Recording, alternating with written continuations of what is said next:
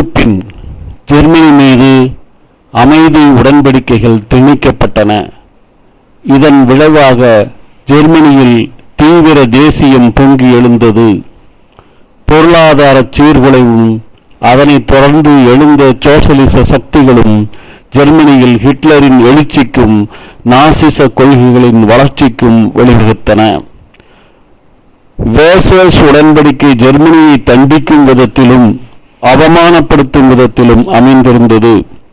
Germany தனது நிலப்பகுதியில் பலவற்றை இழந்தது. ஆயுத குறைப்பு நடவடிக்கைகளும் மேற்கொள்ளப்பட்டன. போர் இழப்பீட்டுத் தொகை பல மடங்கு நிர்ணயிக்கப்பட்டது.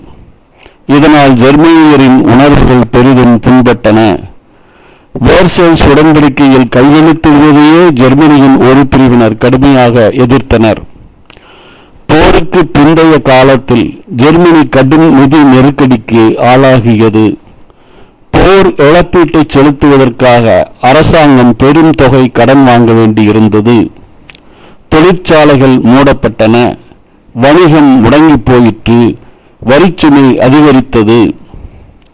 நிதி நெருக்கடியை சமாளிப்பதற்கு அரசாங்கம் காகித பணத்தை மேலும் அச்சிட வேண்டிய சூழ்நிலை உருவாகியது. இதனால் பணவீக்கம் ஏற்பட்டு பணத்தின் மதிப்பு குறைந்தது. வேலையில்லா திண்டாட்டம் பெருகியது. இவையே ஹிட்லரின் எழுச்சிக்கு காரணங்களாக அமைந்தன.